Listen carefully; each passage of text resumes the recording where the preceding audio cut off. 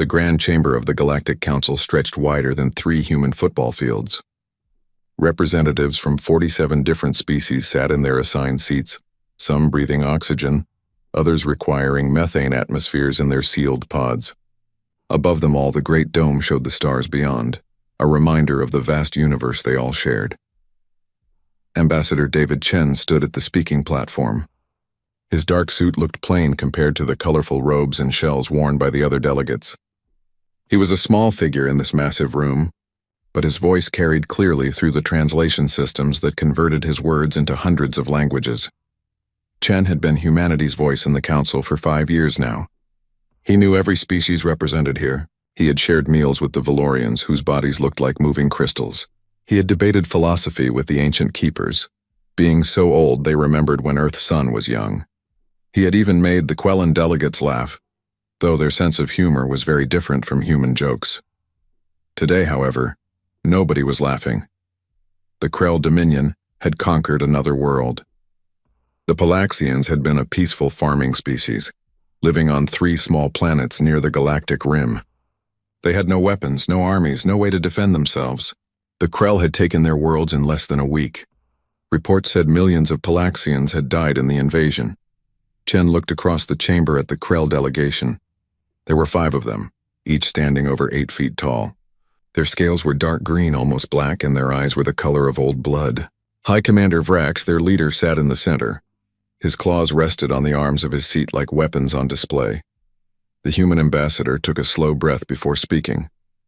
He had written his speech carefully, choosing each word with precision. Honored members of the council, Chen began.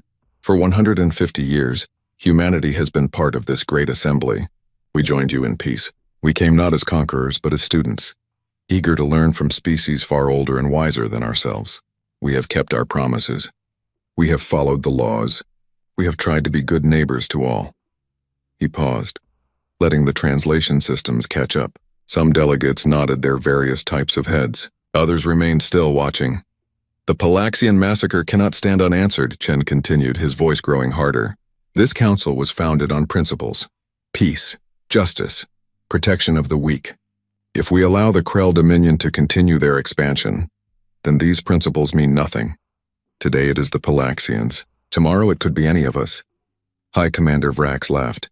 The sound was like rocks grinding together. He stood up, his massive form casting a shadow across several nearby delegates. The human speaks of war, Vrax said. His voice needed no translation system. It boomed through the chamber naturally. How amusing. Tell me, Ambassador Chen, when was the last time your species fought a real battle? How many warships does Earth possess? 100? 200? Vrax's smile showed rows of sharp teeth. The Krell Dominion has 12,000 warships. We have conquered 40 systems. Our soldiers are born and bred for combat. They know nothing but victory. And you little human dare to threaten us? You whose greatest military achievement in recent memory was helping to relocate refugees. Some of the younger species in the council chambers made sounds that might have been agreement or amusement. Chen noticed the Uvari delegation nodding to each other. They were a warrior culture themselves, though not as aggressive as the Krell. They respected strength and clearly found the Krell display impressive, but Chen also noticed something else. The ancient species were very quiet. The keepers watched with their 1,000 eyes. The Valorians had stopped their constant humming. Even the Drell, who usually slept through most council sessions, were awake and paying attention. Chen kept his face calm, though his heart was beating fast. Commander Vrax, humanity is asking the council to sanction the Krell Dominion for its violations of council law. We are not threatening war.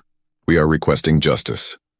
Vrax walked down from his platform, his claws clicking on the stone floor. He moved until he was standing right in front of Chen, towering over the human ambassador. Justice, Vrax repeated. Let me tell you about justice, human. Justice is what the strong take from the weak.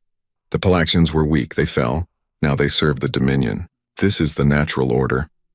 The Krell commander leaned down, bringing his face close to Chen's. Your species speaks of peace because you have forgotten how to wage war. You are soft, domesticated. You play at being civilized because you are too weak to be anything else. The galaxy has moved on, Ambassador. There are new powers rising and the old rules no longer apply. Vrax straightened up and addressed the entire council. The Krell Dominion has noted humanity's extensive colony network. 23 settled worlds, all fat and prosperous from your precious trade agreements. All undefended, protected only by a handful of patrol ships. It would be unfortunate if something were to happen to them. The chamber erupted in noise. Delegates shouted in various languages. Some called for order. Others called for Vrax to be removed. The ancient species remained silent, watching. Chen waited for the noise to die down. When he spoke again, his voice was very quiet, which somehow made everyone listen more carefully. "Commander Vrax, are you threatening human colonies?" "I am stating facts," Vrax replied. "Your colonies are vulnerable. The Dominion is expanding. If humanity's territory happens to be in our path, well, that is simply unfortunate. Unless, of course, Earth would like to formally cede those systems to the Dominion. That would avoid any unpleasantness." A keeper finally spoke, its voice like wind through caves. "This is most irregular. The Council cannot allow open threats between member species." Vrax turned to the keeper. "With respect, Ancient One, the Krell Dominion is simply offering humanity a choice. Peace or education in modern warfare. I suspect they will choose peace. They always do." Chen looked around the chamber. He saw fear in many faces. The Krell were strong, and few species wanted to stand against them. The Council was good at talking, but when it came to action, they often did nothing. He had known this meeting might end this way. The human ambassador bowed slightly to the Council. "I thank the Council for hearing humanity's concerns.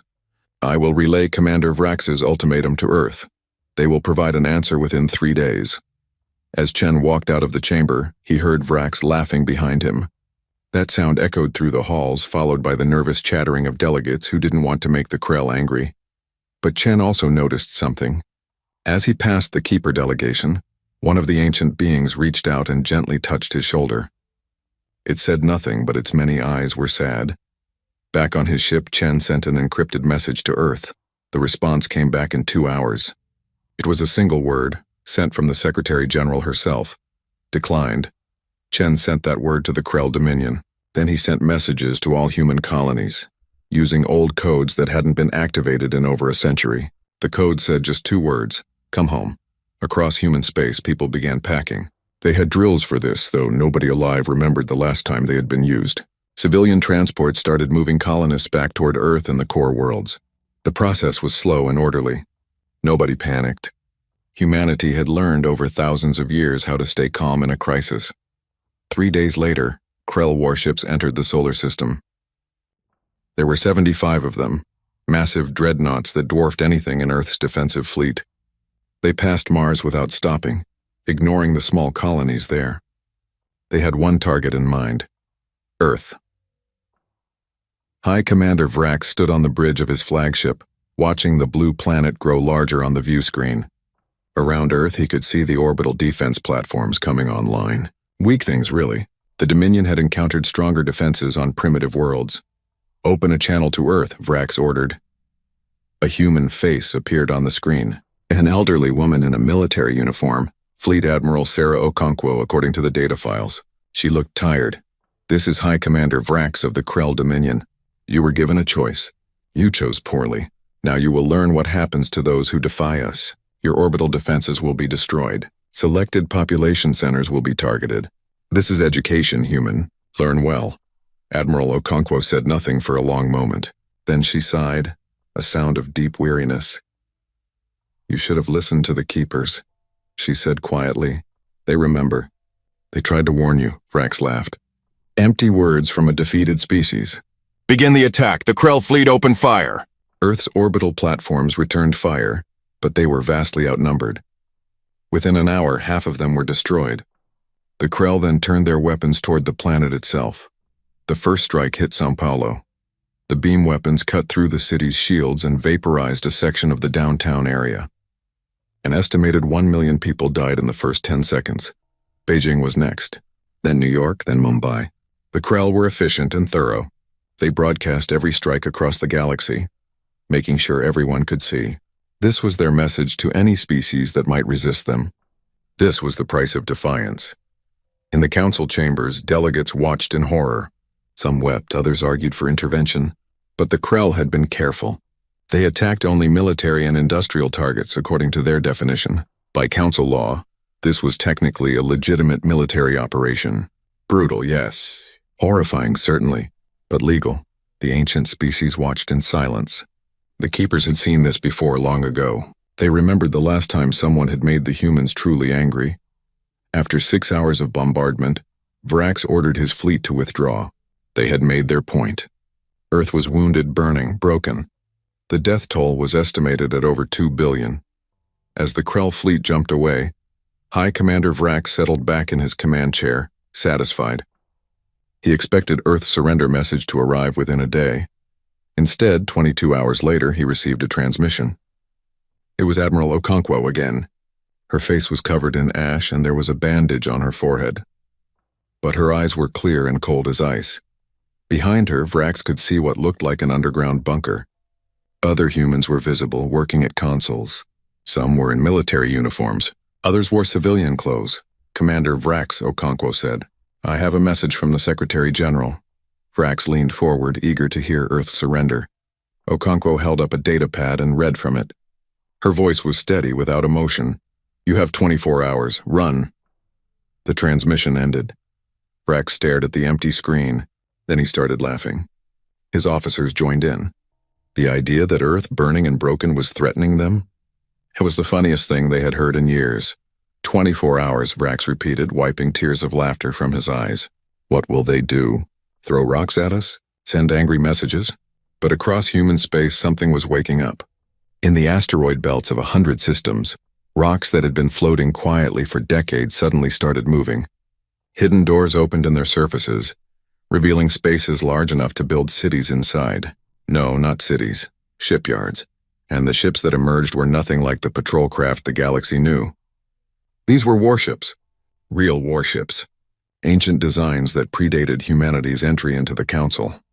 Vessels built when humans had only themselves to fight, when their wars consumed entire planets. In deep space, far from any star, massive objects that had been classified as comets began changing course. They weren't comets. They were colony ships, yes, but not for civilians. These ships had been sleeping for 150 years, waiting. Inside them, in countless cryopods, soldiers dreamed. Now the pods were warming up. The dreams were ending. The soldiers were waking. On Earth, in her underground command center, Admiral Okonkwo opened a safe that had been sealed for longer than she had been alive. Inside was a single folder marked with one word: Rubicon. She read the orders inside, orders written by people long dead, orders that every human military officer was required to memorize but hoped never to use. When she finished reading, she looked up at her staff. They were waiting, watching her face. Send the activation codes, Okonkwo said quietly. All of them. Wake everyone up. Bring them all home. One of her officers, a young man who looked barely old enough to be in uniform, raised his hand hesitantly. Ma'am, if we do this, the galaxy will know. They'll know we've been hiding our real strength all this time. They'll know we lied about our capabilities. They'll be afraid of us again.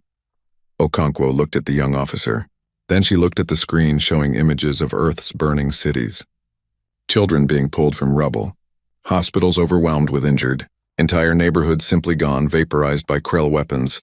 Good, she said. Let them be afraid. The first missiles hit Earth's moon at exactly 0400 hours, Galactic Standard Time. Not the side facing Earth, but the far side. The dark side that nobody paid much attention to. The explosions were massive, visible from Earth as brief flashes of light against the black lunar surface. On the Krell flagship, alarms started screaming. Report! High Commander Vrax roared, leaping from his command chair. Around him, his bridge crew scrambled to their stations, their claws clicking frantically on controls. Multiple explosions on the lunar far side. An officer reported. Sensors indicate, Commander, the moon is opening up. There are structures inside it. Massive structures. They're coming online. What do you mean, opening up? Vrax demanded. The main view screen changed, showing the moon in high detail. As Vrax watched, huge sections of the lunar surface lifted away like doors. Beneath them were caverns, enormous spaces carved into the moon's interior over who knew how many years. And those caverns were full of ships, hundreds of ships. They began emerging from the moon like hornets from a kicked nest. These weren't the small patrol craft the Krell had seen before. These were warships, dreadnoughts twice the size of the Krell's largest vessels. Carriers that looked like small cities, their launch bays already deploying smaller attack craft.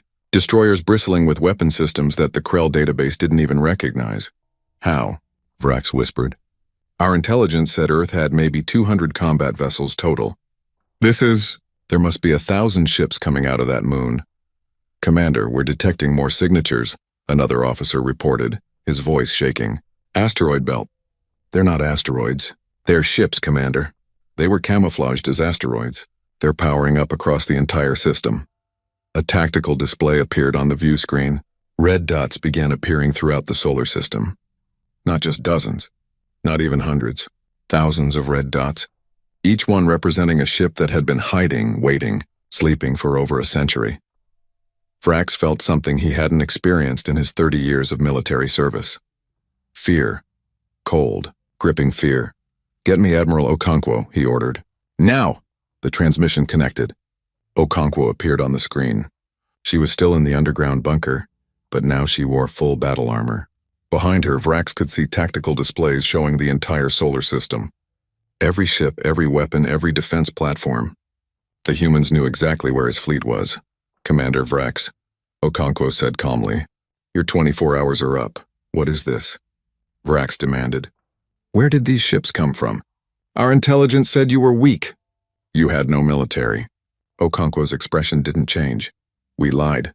When humanity joined the Galactic Council 150 years ago, we agreed to limit our military forces to defensive vessels only, and we did limit them. We kept just enough patrol ships visible to meet the Council requirements. Everything else we hid. She gestured at something off-screen.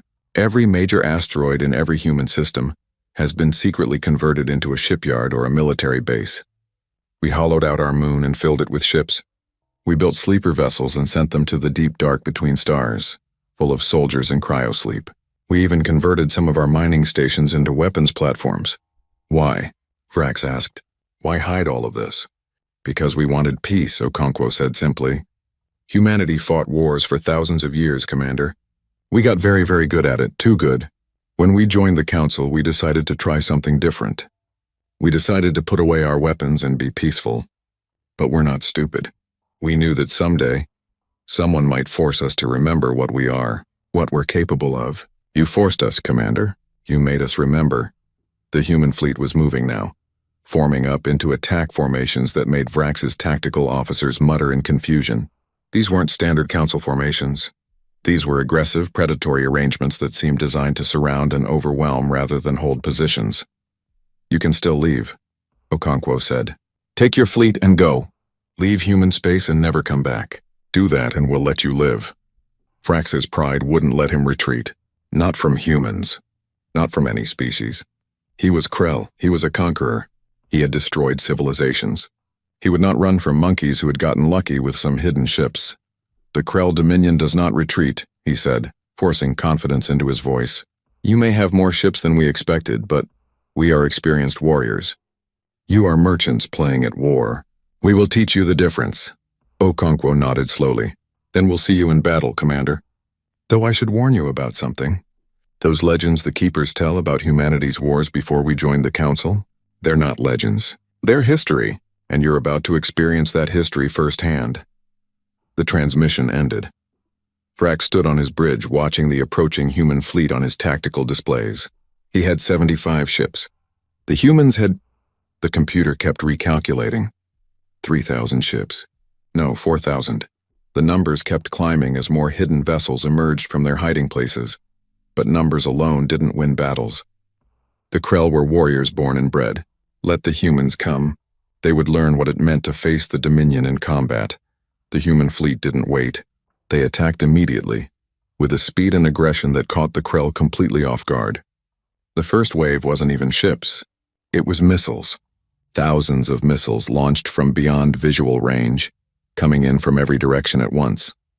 The Krell point defense systems opened fire, destroying most of them, but some got through, and they weren't normal missiles. When they hit, they didn't explode. Instead, they attached themselves to the Krell hulls and began drilling. They're boring through our armor, an officer shouted. They're getting inside the ships. Then the second wave hit, smaller craft, fighters and attack ships moving in swarms. They didn't fly in neat formations like Council military doctrine taught. They swarmed like insects, seemingly random but actually coordinated in ways the Krell computers couldn't predict. They targeted weak points, engine clusters, weapon mounts, sensor arrays, and they were fast. Incredibly fast. They would dart in, fire, and be gone before the Krell could target them properly. 3 Krell destroyers exploded in the first 10 minutes of combat. Not disabled. Not damaged. Completely destroyed, broken into pieces by attacks that seemed to know exactly where to hit for maximum effect. "Withdraw," Vrax ordered. "Pull back to defensive formation." But the humans didn't let them withdraw. They pressed the attack, getting in close where the Krell's heavy weapons couldn't be brought to bear effectively. It was like fighting in a knife fight when you had a sword. The humans were too close, too fast, too aggressive. And then something happened that made Vrax's blood run cold. A human ship, a cruiser that had taken heavy damage, didn't try to escape. Instead, it accelerated directly toward a Krell dreadnought. "What is it doing?" an officer asked.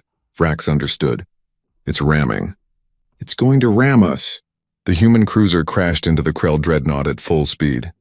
Both ships exploded in a ball of fire that lit up the dark space like a small sun. Debris scattered in all directions, damaging nearby vessels. "They're insane," a Krell officer shouted. "They sacrificed their own ship just to destroy ours." But it wasn't just one ship. 3 more damaged human vessels broke formation and headed toward Krell ships at ramming speed. The Krell tried to destroy them, but the human ships were shielded by their own fleet, protected until they could deliver their killing blows. Vrax had studied many species' military tactics. Most of them valued their ships and crews above all else.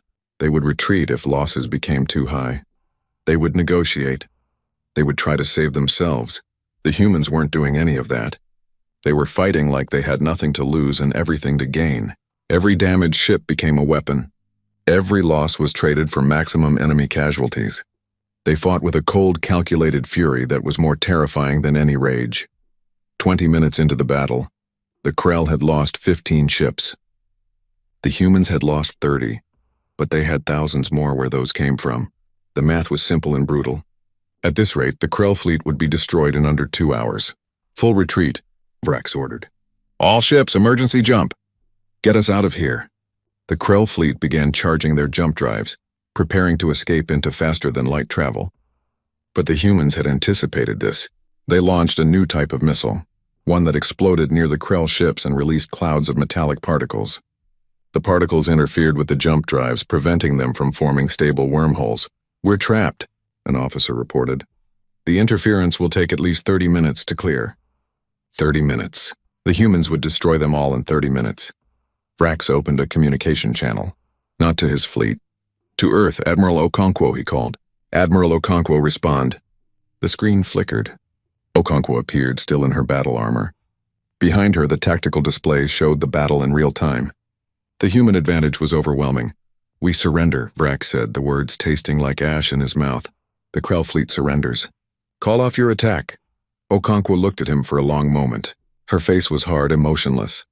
"No," she said simply. Vrax couldn't believe what he was hearing. "What? But we surrendered." "Council law requires you to accept surrender. You killed 2 billion of my people," Okonkwo replied, her voice cold as the void of space. "You bombed our cities. You murdered civilians. And now you want mercy?" She leaned closer to the camera. "You wanted to teach us about war, Commander. Here's your lesson. In war, when you start something, you'd better be prepared to finish it. Because your enemy might not stop when you want them to. We'll keep attacking your colonies," Vrax threatened, desperate now. "We have forces throughout the galaxy. We'll destroy every human world we can reach." Okonkwo's expression didn't change. "Go ahead and try. But know this. Every human world you attack will take 3 of yours. Every civilian you kill will make you pay for 10 times over. You wanted total war, Commander. You're getting it." The transmission ended. The human attack continued with renewed fury. More Krell ships exploded or broke apart under the relentless assault. Some tried to flee on conventional drives, but the human ships were faster. They hunted down every vessel that tried to escape. In the end, Vrax's flagship was one of the last 3 Krell ships still functioning. It was surrounded by human vessels, weapons pointed at it from every direction. The Krell shields were down. The engines were destroyed. They were helpless. A transmission came through. Not from Okonkwo this time, but from a human ship captain. Commander Vrax, I'm Captain Martinez of the human warship Retribution. I have orders regarding your vessel. You and your crew will be taken into custody. Your ship will be towed back to Earth as evidence of Krell aggression. You will stand trial for war crimes. Vrax said nothing. What was there to say? He had led the Dominion into this disaster. He had thought the humans were weak. He had been catastrophically wrong. However, Captain Martinez continued, Admiral Okonkwo has added one more instruction. She wants to make sure you understand something before we bring you in. The view screen changed. It showed the battle from a distance, all of the destroyed Krell ships, all of the debris floating in space where proud warships had been just an hour ago. Of the 75 ships Vrax had brought to Earth, only 3 remained intact enough to hold prisoners. This, Captain Martinez said, was not a battle. This was not war. This was not even a fair fight. This was pest control. You came to Earth thinking we were merchants and farmers. You forgot that farmers know how to deal with vermin, and we are very, very good at extermination. The view screen changed again, this time showing images being broadcast across the galaxy. Every species in the Council was watching. They had seen the Krell attack Earth. Now they were seeing what happened when you attacked humanity. The message was clear. The humans were back. The species that had once made the galaxy tremble had returned to war. And they had lost none of their edge in their century and a half of peace. In the Galactic Council chambers, delegates watched in stunned silence. Some were horrified. Others were satisfied, glad to see the Krell brought low. But all of them were recalculating their relationships with humanity. The ancient keepers whispered among themselves. They remembered the old days when humanity had first ventured into space. They remembered the wars, the weapons, the ruthless efficiency with which humans had fought their own kind. They had hoped those days were gone forever. Now they knew better. Humanity hadn't changed. They had simply been waiting, hoping, praying that they would never need to be warriors again. But the Krell had forced their hand. And now the galaxy would remember why, long ago, the very mention of human warships had been enough to make entire civilizations surrender without a fight. The war had just begun. The Krell called it the Week of Ashes. In 7 days, humanity dismantled 40 Krell military installations across 20 different systems. The attacks came without warning, without mercy, and without pause. Admiral Okonkwo had divided the human fleet into strike groups. Each group had a specific target. Each group had orders that were simple and clear. Destroy all military infrastructure. Capture or eliminate all military personnel. Leave nothing that could be used to wage war. The first target was a Krell shipyard orbiting a gas giant in the Threxus system. It was one of their largest construction facilities, capable of building 10 warships at a time. The Krell considered it impregnable, protected by a fleet of defense platforms and patrol ships. The human attack began at 0200 hours local time. First came the missiles, thousands of them targeting the defense platforms. Then came the electromagnetic pulse weapons, frying the Krell sensor networks and communication systems. By the time the Krell realized they were under attack, half their defenses were already gone. The human fleet appeared from multiple jump points simultaneously, surrounding the shipyard. They didn't demand surrender. They didn't issue warnings. They simply began firing. The shipyard was destroyed in 12 minutes. The Krell defense fleet fought bravely, but they were outnumbered and outmaneuvered. Human tactics were unlike anything they had trained for. The humans didn't fight fair. They used every advantage, every trick, every weapon at their disposal. When it was over, debris from the shipyard and the destroyed Krell ships formed a ring around the gas giant. The human fleet jumped away immediately, heading to their next target. They didn't stay to secure the area. They didn't leave occupation forces. They struck and left, moving too fast for the Krell to mount any organized response. The Krell High Command, operating from their headquarters on Krellix Prime, scrambled to respond. They sent orders to their fleets to gather in defensive positions. They called for reinforcements from their allied species. They prepared for a long war of attrition, but the humans weren't interested in a long war. They had learned over thousands of years of fighting each other that the key to victory was speed and overwhelming force. Don't give the enemy time to adapt. Don't give them time to recover. Hit them again and again until they break. The second day saw attacks on 6 different Krell military bases. The humans used different tactics each time, never repeating the same approach twice. Sometimes they came in fast and loud, overwhelming defenses with sheer firepower. Other times they came in silent and invisible, using stealth technology the Krell didn't know existed. At the Mordak station, a military training facility, the humans didn't even use ships. They sent boarding parties in small, fast dropships that evaded all the Krell sensors. By the time the Krell realized humans were inside their station, it was too late. The humans had taken control of life support and were venting atmosphere from section after section, forcing the Krell to surrender or suffocate. The Krell commander at Mordak sent a desperate transmission before surrendering. His words were broadcast across the galaxy. "They're not fighting like soldiers. They're fighting like predators. They study us. They learn our weaknesses. They adapt faster than we can respond. This isn't war. This is extermination." By the third day, Krell morale was collapsing. Their soldiers had been trained to believe they were the greatest warriors in the galaxy. They had been taught that victory was inevitable, that their strength was unmatched. Now they were learning that they were prey. Human psychological warfare was devastating. They broadcast every Krell defeat. They showed images of destroyed ships, captured bases, surrendering soldiers. They made sure every Krell military installation knew what was coming. Fear spread like a virus through the Dominion's forces. Some Krell units began surrendering without a fight. Others deserted entirely, fleeing to neutral space and begging for asylum. The proud warrior culture that had conquered 40 systems was crumbling in less than a week. The Galactic Council convened emergency session after emergency session, trying to find some way to stop the conflict. Ambassador Chen attended these sessions, but he offered no compromises. He simply reported on the human military campaign with cold, precise detail. The Krell wanted war. Chen told the Council, "They got war. They will get war until they are no longer capable of threatening any peaceful species ever again." Some delegates protested.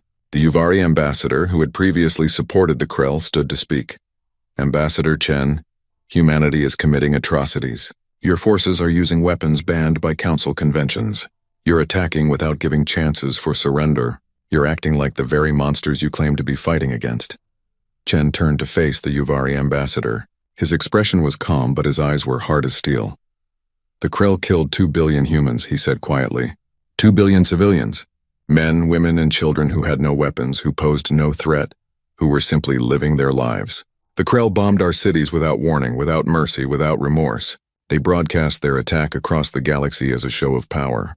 And now you lecture us about atrocities? He looked around the chamber, meeting the eyes of delegate after delegate. Where were you when Earth burned? Where were your emergency sessions when our children were being vaporized? Where was the Council when we needed justice? You did nothing. You sat here and did nothing because you were afraid. Well, humanity is not afraid, and we will finish what the Krell started. The chamber fell silent. Nobody had a good answer to that. On the 5th day, human forces reached the Krell core worlds. These were their most heavily defended systems, where the majority of the Dominion's military strength was concentrated.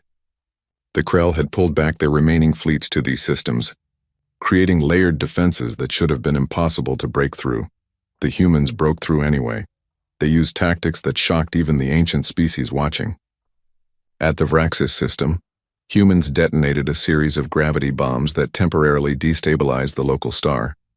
The resulting solar flares destroyed an entire Krell defense fleet.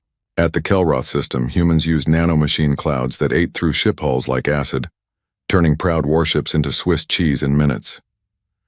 And at the Thraxar system, humans demonstrated a weapon that made the entire galaxy shudder.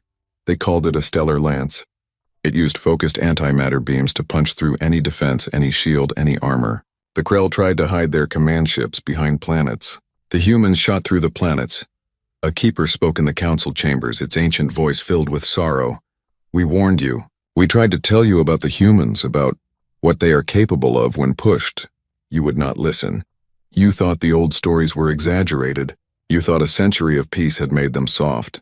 You were wrong," another keeper added. "The humans are not cruel by nature. They are not evil, but they are efficient. When they fight to win.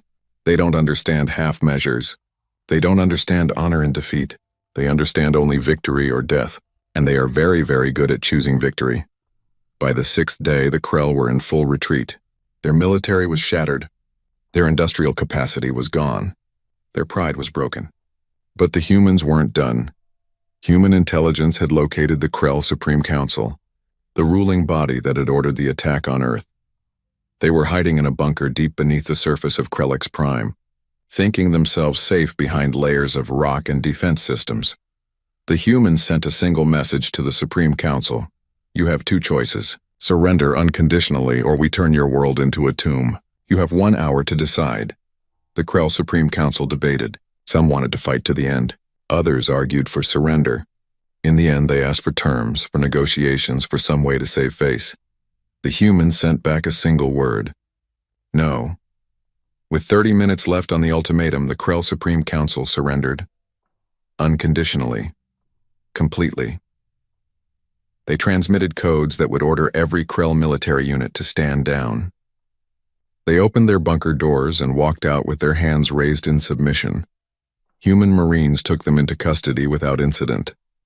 They were loaded onto transport ships and taken to Earth, where they would stand trial for war crimes.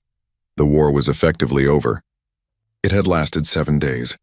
The Krell Dominion, which had taken decades to build, which had conquered 40 systems, which had been considered one of the most powerful military forces in the galaxy, had been completely defeated in 1 week, but the humans weren't celebrating. They were too busy counting their own dead. The war had cost humanity dearly. 2 billion dead in the initial attack, thousands more killed in the fighting that followed. Earth's surface was scarred with craters where cities had stood. The survivors were homeless, traumatized. Grieving, Admiral Okonkwo addressed the human fleet from her command center on Earth. The transmission was broadcast to every human ship, every human colony, and by request, to the Galactic Council. We have won, she said, her voice heavy with exhaustion. The Krell are defeated. Their military is destroyed. Their leadership is in custody. Justice will be served. She paused, looking directly at the camera. But victory tastes like ashes in our mouths. We did not want this war. We tried for 150 years to be peaceful, to be good neighbors, to show that strength could be tempered with mercy. The Krell forced us to remember what we are, what we're capable of. They made us become warriors again. Behind her, the screens showed images of Earth's ruined cities, of memorial services for the dead, of survivors searching through rubble for loved ones who would never be found. We are not proud of what we had to do, Okonkwo continued. We are not happy about the weapons we used, the tactics we employed, the deaths we caused. But we did what was necessary. We protected our species. We ensured that no one will ever again think they can attack humanity without consequences. She stood straighter, her military bearing returning. Now comes the hard part. We must rebuild. We must heal. We must decide what kind of species we want to be. Do we return to peace knowing that it might leave us vulnerable again? Or do we remain warriors always ready for the next threat? I don't have that answer yet, she admitted. But I know this. The galaxy has been reminded of what humanity is capable of. We have shown that peace is not weakness. We have shown that mercy is a choice we make, not a sign of inability. And we have shown that if you force us to war, we will prosecute that war with every tool at our disposal until victory is absolute. The transmission ended with an image that would become famous throughout the galaxy. A human child no more than 6 years old, standing in the ruins of what had been her home, holding a small flower that had somehow survived the bombardment. She was planting it in the scorched earth, a symbol of hope, of renewal, of humanity's refusal to give up. In the Galactic Council chambers, delegates watched in silence. The mood had changed. Where before there had been fear and horror, now there was something else. Respect, understanding. And yes, still some fear, but it was a different kind of fear. The fear you felt for a sleeping giant, knowing that it could wake again if provoked. Ambassador Chen stood and addressed the council. The Krell leadership will stand trial for their crimes against humanity. They will face justice. But humanity is not interested in revenge. We are not interested in conquest. We never were. We only want peace. He looked around the chamber. However, let this be a lesson to all species here. Humanity's peace is a gift we give freely to those who respect it. But if you force us to remember what we are, if you make us become warriors again, We will not stop until the threat is eliminated completely. We are patient. We are merciful, but we are not weak. Never mistake our kindness for weakness, the message was received. Across the galaxy, species that had been considering aggressive expansion quietly shelved their plans. Alliances that had been forming against various neighbors suddenly dissolved. Pirates and raiders who operated in human space found new hunting grounds far, far away. The ancient species watched all of this with knowing expressions. They had seen it before long ago. The galaxy had learned once before to fear human warships. That lesson had faded with time. Now it had been taught again in blood and fire, but the question remained. What would humanity do now? Would they return to peace, or would they remain mobilized, always ready for war? The answer would determine the future of the galaxy. The trials began 3 weeks after the war ended. The Krell Supreme Council, High Commander Vrax, and 200 other senior military officers were brought before an international tribunal on Earth. The location was significant. The courtroom had been built in what used to be the center of São Paulo, the first city the Krell had attacked. The proceedings were broadcast across the galaxy. Every species could watch as the Krell leadership stood accused of war crimes, crimes against sentient species, and illegal warfare. The evidence was overwhelming. Recordings of the attack, casualty reports, testimonies from survivors who described the horror of watching their cities burn. High Commander Vrax sat in the defendant's chair, his scales dull and his eyes empty. He had been a proud warrior once, confident in his superiority. Now he looked broken, defeated not just militarily but spiritually. He listened as witness after witness described the devastation the Krell had caused. A human woman took the stand. Her name was Maria Santos. She had lived in São Paulo with her husband and 2 children. When the Krell attacked, she had been at work. Her family had been at home. She described rushing back, finding nothing but a crater where her house had stood. She described searching through the rubble for days, hoping against hope. She described the moment she realized her entire family was gone, vaporized in an instant. When she finished testifying, there wasn't a dry eye in the courtroom. Even some of the Krell guards looked uncomfortable. Vrax's defense attorney, assigned by human law, tried to argue that the attack had been a legitimate military operation, that the Krell had targeted only strategic locations, that the civilian deaths were unfortunate but unavoidable collateral damage. The prosecution showed footage of Vrax's own communications. His orders had specifically mentioned civilian targets. He had wanted to break humanity's spirit by attacking population centers. He had broadcast the attack as entertainment, as a display of Krell power. There was no military justification. It had been terrorism, pure and simple. The tribunal's verdict was unanimous. Guilty on all counts. High Commander Vrax and the entire Krell Supreme Council were sentenced to life imprisonment. They would spend the rest of their lives in human custody, serving as a reminder of what happens when you attack innocents. Some humans wanted execution. They wanted the Krell leadership to pay with their lives for the billions they had killed. But the tribunal decided otherwise. Death would be too easy, too quick. Let them live with what they had done. Let them watch as humanity rebuilt, as the species they had tried to break grew stronger. Let them see that they had failed. While the trials proceeded, the real work began. Rebuilding. The damage to Earth was catastrophic. Entire cities needed to be reconstructed. Millions of people were homeless. The economic disruption was severe. But humanity had been through worse before. They had survived ice ages, plagues, world wars, and climate disasters. They would survive this too. Help came from unexpected sources. The Valorians, those beings of living crystal, sent construction materials. The Keepers shared ancient knowledge about rapid urban reconstruction. Even the Quellan, who rarely involved themselves in galactic politics, sent food and medical supplies. And the Krell themselves were put to work. As part of the peace treaty, they were required to provide reparations. Krell workers were assigned to help rebuild the cities they had destroyed. They worked under human supervision, using their considerable strength to clear rubble and construct new buildings. At first, there was tension. Human survivors wanted nothing to do with the Krell. Some called for the Krell workers to be sent away, to be punished more severely. But gradually, something unexpected happened. The Krell workers were mostly young soldiers who had been conscripted into service. They had been taught all their lives that war was glorious, that conquest was honorable, that strength was everything. Now they saw the reality of what their leaders had done. They saw the children who had lost parents. They saw the elderly trying to rebuild homes they had lived in for decades. They saw the true cost of war. One Krell worker, a young male named Threx, was assigned to help rebuild a school in what had been Mumbai. He worked alongside human volunteers, hauling materials and following instructions. At first, nobody talked to him. He was the enemy, after all. But one day, a human child approached him. A little girl, maybe 7 years old. She stared up at him with wide eyes. "Are you the bad guys?" she asked. Threx didn't know how to answer. In his language, he said, "I don't know anymore." The girl's mother came and took her away quickly. But the question haunted Threx.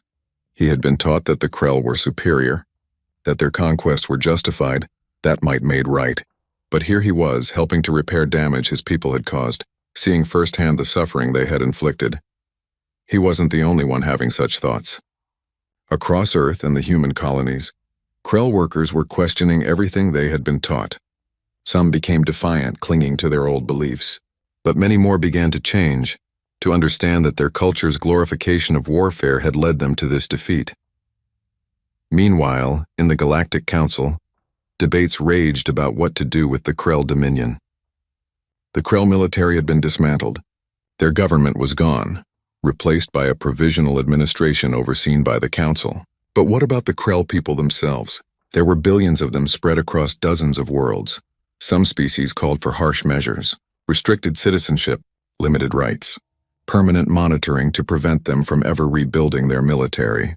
The Uvari, embarrassed by their earlier support of the Krell, were particularly vocal about punishment. Ambassador Chen surprised everyone by opposing these measures. "The Krell people are not our enemies," he said in a council session. "Their leaders were our enemies. Their military culture was our enemy. But the ordinary Krell citizen who never wanted war, who never chose to attack anyone, they don't deserve collective punishment." The Uvari ambassador challenged him. "How can you say this, Ambassador Chen? After what they did to your world, to your people, how can you show them mercy?" Chen's expression was sad but resolute. "Because mercy is what separates us from them." The Krell leadership showed no mercy. They attacked civilians without hesitation. "If we become like them, if we punish innocent people for the crimes of their leaders, then what did we fight for? Justice or revenge?" He looked around the chamber. Humanity has learned through bitter experience that cycles of revenge never end. If we crush the Krell now, if we humiliate them and strip them of dignity, we'll just create a new generation that grows up hating us. That wants revenge. That might one day try again. But if we show them that there's a better way, if we help them rebuild into something better than what they were, then maybe, just maybe, we can break that cycle. The council voted on Chen's proposal. It passed, though not unanimously. The Krell would be allowed to rebuild their civilization, but under strict conditions. No military beyond basic defense forces, mandatory education about the costs of warfare, regular inspections to ensure compliance, and most importantly, full integration into the galactic community, not as conquerors but as equals who had learned from their mistakes. Not everyone on Earth was happy with this decision. Many humans felt that the Krell deserved harsher punishment. Protests broke out in several cities. Survivors of the attacks organized demonstrations, demanding that the Krell be made to suffer as humanity had suffered. Admiral Okonkwo addressed these concerns in a public broadcast. "I understand your anger," she said. "I share it. I lost friends in the attack. I lost colleagues, people I had worked with for years. Every day I see the scars on our world and I feel that same rage you feel." She paused, letting her words sink in. "But we have a choice to make. We can let that anger consume us. We can spend the next century punishing the Krell, making sure they never forget what they did. And in doing so, we'll become the monsters we fought against. Or we can choose to be better. We can show the galaxy that humanity's strength isn't just in our weapons, but in our ability to forgive without forgetting, to seek justice without vengeance."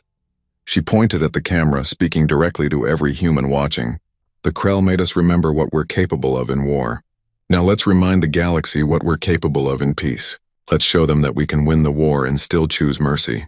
That's true strength. That's what will make humanity respected, not just feared." The protests didn't stop immediately, but they grew smaller. Most humans, exhausted by war and grief, just wanted to move forward. They wanted to rebuild their lives, to heal, to find some way back to normal. And slowly things did start to return to normal. New buildings rose where old ones had fallen. Families moved into new homes. Children went back to school. Life, persistent and stubborn, continued. The relationship between humans and Krell remained complicated. There was still distrust, still pain, still anger, but there were also small moments of connection. A Krell worker sharing his lunch with a human colleague, a human teacher helping a young Krell learn to read. These were tiny steps, barely noticeable in the grand scheme of things, but they were steps forward nonetheless. 3 months after the war ended, something happened that captured the galaxy's attention. The young Krell worker, Threx, had continued working on the school reconstruction project in Mumbai. He had become known among the human workers as someone who worked hard and asked a lot of questions about human culture. One day, a ceremony was held to mark the completion of the school's main building. Human and Krell workers were both invited. Most of the Krell stayed in the background, uncomfortable with the attention. But Threx did something unexpected. He walked up to the memorial wall that had been built to honor those who had died in the attack. It listed thousands of names, including many children who would have attended this school. Threx knelt before the wall, a gesture that in Krell culture signified deep respect and submission. Then he spoke, in halting but clear human language. "I am Threx of the Krell. I was a soldier. I was taught that war was glory. I was taught that strength was everything. I was wrong. My people were wrong. We caused this pain. We destroyed these lives. No words can undo that. No work can bring back those who were lost. But I promise, on behalf of all young Krell who wish for a better future, we will remember. We will learn. We will never forget what our pride cost the galaxy." The ceremony went silent. Humans stared at this young Krell kneeling before their memorial. Some were angry, thinking it was too little, too late. Others were moved, seeing genuine remorse in his actions.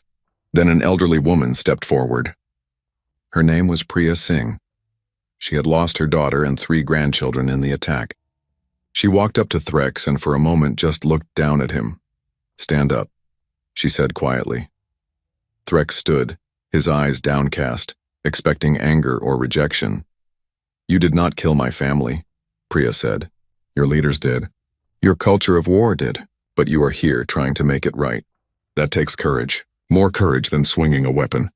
She reached out and hesitantly placed her hand on his arm. "Help us build a future where no grandmother loses her grandchildren to war. Can you do that?" Threx's voice was thick with emotion. "I will try. I will spend my life trying." The image of that moment, a human elder and a young Krell standing together before a memorial to war's victims, was broadcast across the galaxy. It became a symbol of something that many had thought impossible. Reconciliation. Not forgetting, not excusing, but finding a way forward despite the pain. In the Galactic Council chambers, even the most cynical delegates had to admit they were witnessing something remarkable. Humanity, which had demonstrated such devastating military capability, was now showing equal capability for mercy and forgiveness. They were teaching the galaxy a different kind of lesson. That strength wasn't just about how hard you could hit, but about what you chose to do after the fighting stopped. The ancient keepers observed all of this with satisfaction. They had seen many civilizations rise and fall. They had watched countless species make the same mistakes over and over. But humanity, with all its flaws and contradictions, was showing signs of something rare. True wisdom, the ability to be both strong and merciful, to remember the past without being enslaved by it. One keeper spoke to its companions, its ancient voice thoughtful. "Perhaps there is hope for this galaxy after all. If the humans can find their way through this darkness, if they can balance power with compassion, then they may be the ones to lead us into a better age." Another keeper agreed.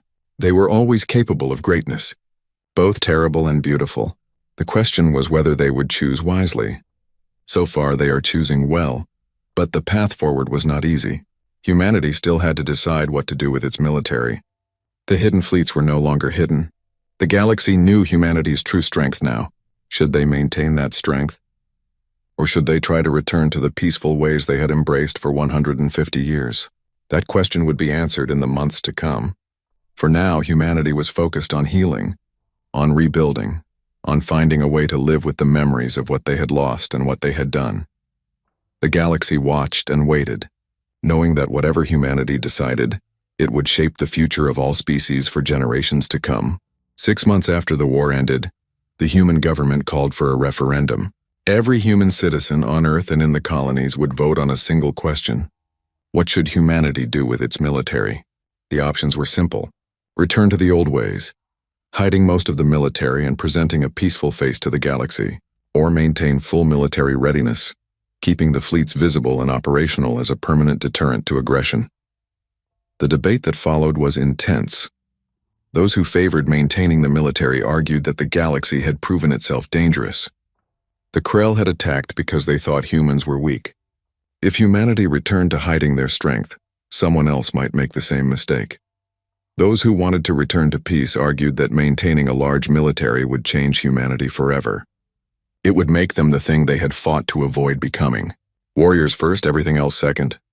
They argued that 150 years of peace had been good for humanity, had allowed them to grow culturally and scientifically in ways that constant military readiness never would have permitted.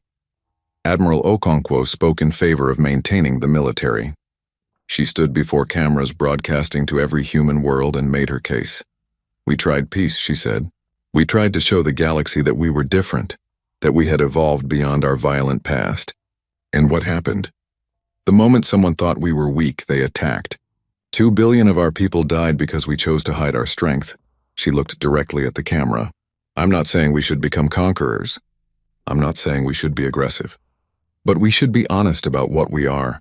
We should let the galaxy see our full strength so that no one ever again makes the mistake of thinking humanity is an easy target. Peace through strength. That's what I'm proposing.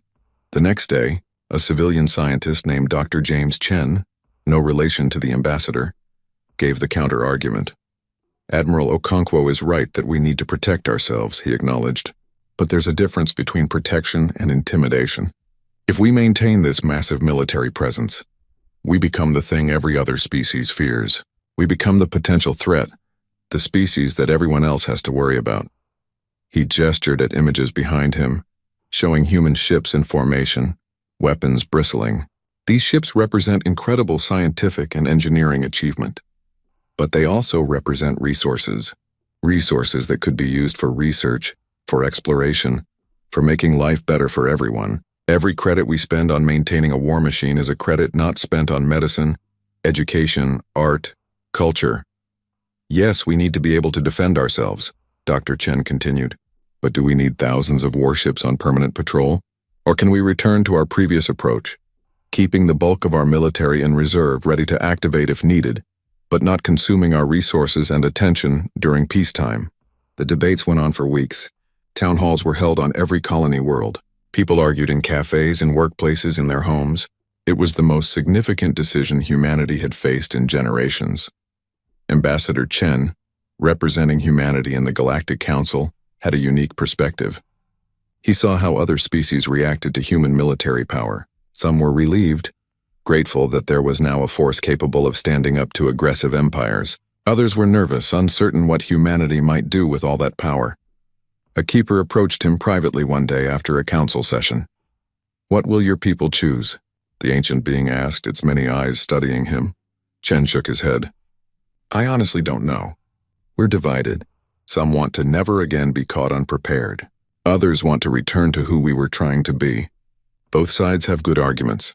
The keeper made a sound like wind through ancient trees. "There is wisdom in both positions. But perhaps the most important question is not what you choose, but why you choose it. Are you choosing out of fear? Or are you choosing based on who you want to be?" Chen thought about that conversation as he watched the referendum results come in. The voting lasted a full day with billions of humans participating. When the results were tallied, they surprised almost everyone. Humanity chose a middle path. They would not return to completely hiding their military.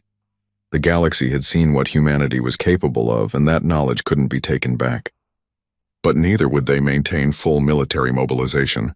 Instead, they would keep a visible defense fleet, large enough to deter aggression but not so large as to be threatening. The rest of the military would return to reserve status, ready to be activated if needed but not consuming peacetime resources. More importantly, humanity voted to establish new protocols. If humanity ever had to fully mobilize again, it would only be in response to direct attack or in defense of council members unable to defend themselves. They would never be the aggressor. They would never strike first.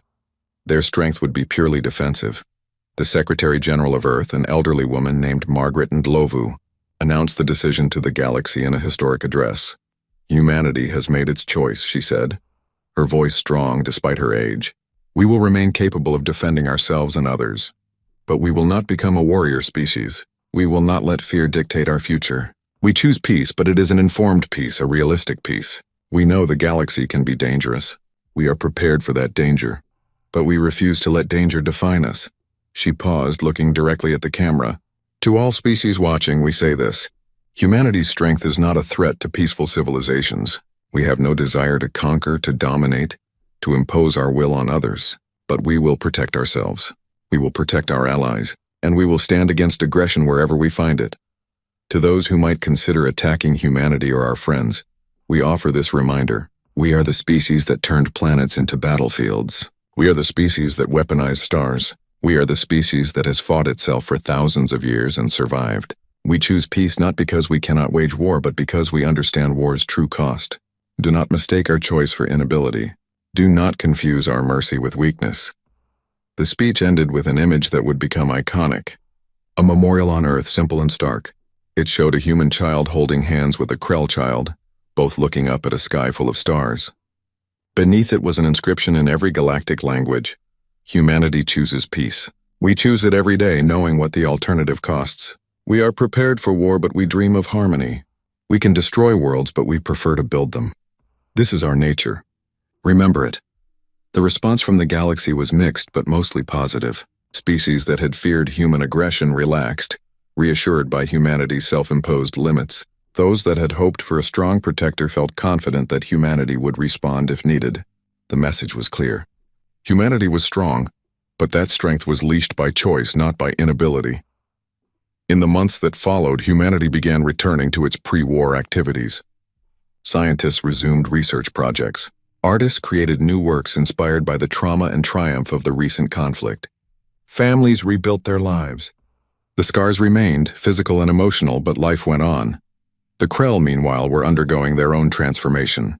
Their warrior culture was being dismantled, not by force but by choice. Young Krell like Threx, who had seen the reality of war's consequences, were leading a cultural revolution. They were teaching their people that strength could be measured in ways other than combat prowess. That building could be as honorable as destroying. That peace required more courage than war. It would take generations for the Krell to fully change. Old beliefs died hard, but the process had begun and it was irreversible. The Krell had learned the hard way that their path led only to ruin. Now they were trying to find a new path. 5 years after the war, something remarkable happened. The first graduating class of the rebuilt Mumbai school held their ceremony. Among the students were 3 young Krell, whose families had moved to Earth as part of the reconciliation program. They studied alongside human children, learning human history, human culture, human values.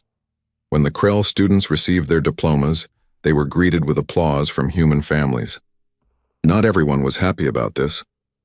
There were still those who couldn't forgive, who couldn't accept Krell presence on Earth. But they were becoming a minority. Most humans had chosen to move forward, to try to build something better from the ashes of war. Ambassador Chen attended the ceremony. He sat in the audience next to Priya Singh, the grandmother who had lost her family in the attack. Together they watched as young Krell and humans celebrated their achievements together. Would your daughter have approved of this? Chen asked quietly, knowing it was a sensitive question. Priya was silent for a long moment. I don't know, she finally said. Maybe. She always believed in second chances. She used to say that children shouldn't have to pay for their parents' mistakes. She gestured at the Krell students on stage. Those children didn't attack us. They were born into a culture that glorified war, but they're learning different values now. If we can't offer them a chance to be better than their ancestors, then what was the point of any of this? Chen nodded. That's what humanity decided, isn't it? That we would be better than our worst impulses. that we would choose who we want to be rather than letting fear or anger choose for us. 10 years after the war, the galactic situation had stabilized. Other aggressive species, having seen what happened to the Krell, had reconsidered their expansion plans. Pirates and raiders gave human space a wide berth.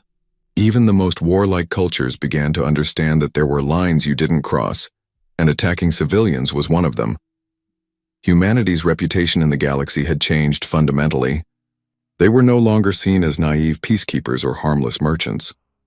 But neither were they seen as monsters or conquerors. Instead, they occupied a unique position.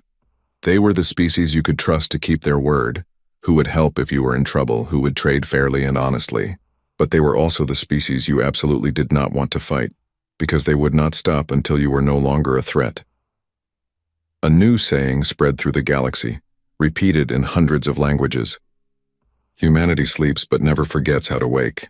The Keepers, those ancient witnesses to galactic history, discussed humanity's evolution among themselves. They have achieved something rare, one keeper observed. They have balanced strength with wisdom, capability with restraint. They are dangerous but not threatening, powerful but not aggressive. This is the mark of a truly mature civilization. Another keeper agreed. They were tested. They could have become tyrants, using their military superiority to dominate, or they could have retreated into isolation, too traumatized to engage with the galaxy. Instead, they chose to remain engaged, to maintain their strength but use it responsibly. This speaks well of their future. A third keeper, the oldest among them, added a note of caution. Let us hope they maintain this wisdom. Power is a burden that grows heavier with time. Many species have started well only to be corrupted by their own strength. Humanity must constantly choose who they want to be. That choice is never finished. It must be made again and again, generation after generation. Back on Earth, in the rebuilt city of São Paulo, a monument stood where the first Krell strike had hit. It was a towering structure visible from kilometers away. At its base were the names of all who had died in the attack. Millions of names carved in stone, a reminder of what had been lost. But at the top of the monument was something different. A beacon, shining out into space, visible to any ship approaching Earth. It pulsed with a simple pattern, a message repeated endlessly in light. The message said, "We remember. We forgive. We remain ready."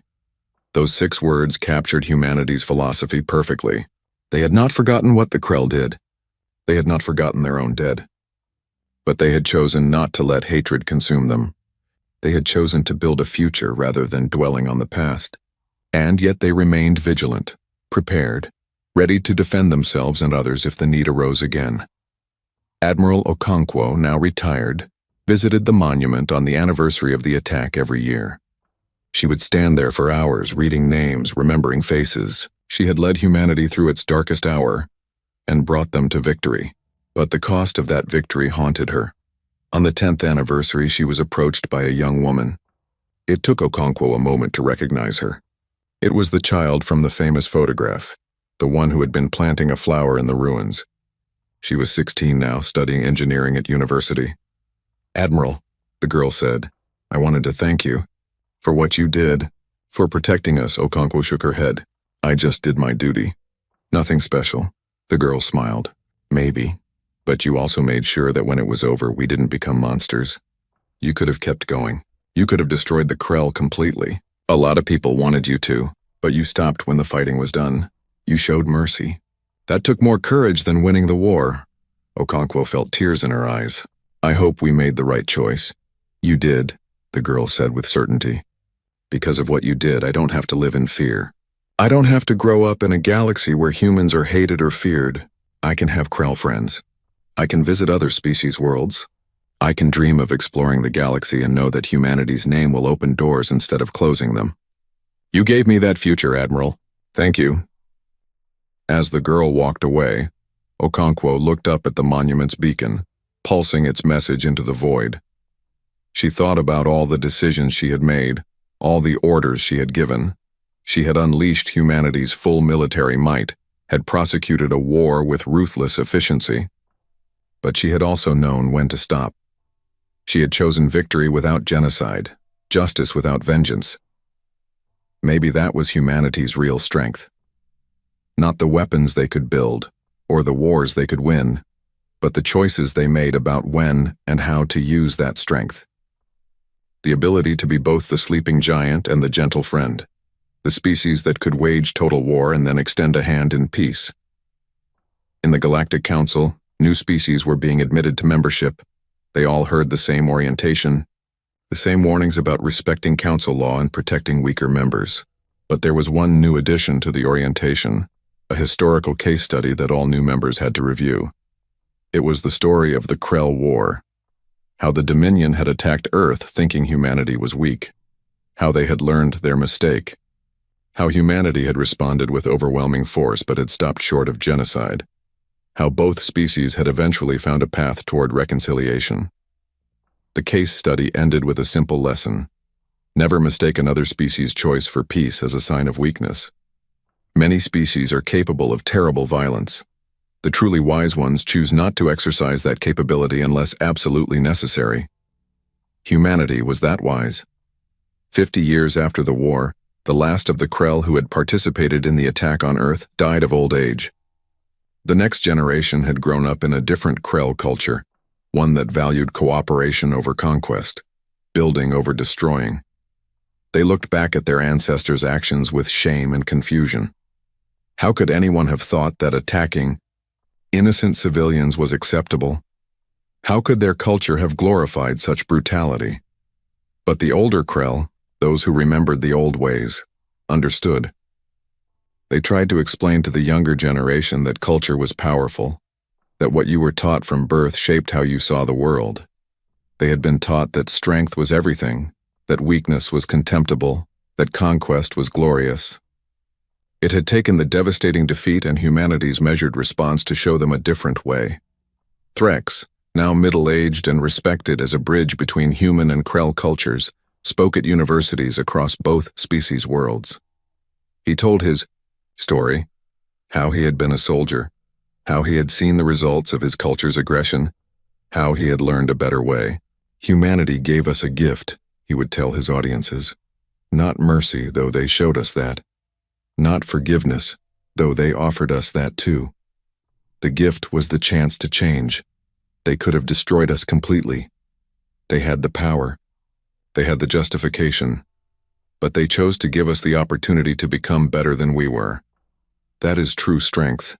That is what made humanity feared, not their weapons, but their wisdom. 100 years after the war, the events had passed into history. Children learned about it in school the way previous generations had learned about ancient Earth wars or the first contact with alien species. It was history, important but distant. But the lessons remained. Humanity maintained its defensive fleet, visible and capable. The hidden reserves remained hidden, sleeping but ready. And every human child learned the story of how their species had faced extinction and survived, how they had been provoked into war and had won without losing their soul. The galaxy had changed. There was peace, not perfect but real. Species cooperated more than they competed. Aggressive empires thought twice before expanding. The Galactic Council actually functioned, actually prevented conflicts instead of just talking about them. And if someone asked why, if they wondered what had caused this golden age of cooperation, the answer was simple. Everyone remembered what happened when you forced humanity to remember what they were capable of. Everyone understood that beneath the friendly merchants and peaceful scientists was something ancient and dangerous, a species that had fought its way to the top of its own world's food chain and had never forgotten how humanity slept. But the galaxy never forgot that they could wake. And in that knowledge, in that careful balance of power and restraint, the galaxy found peace.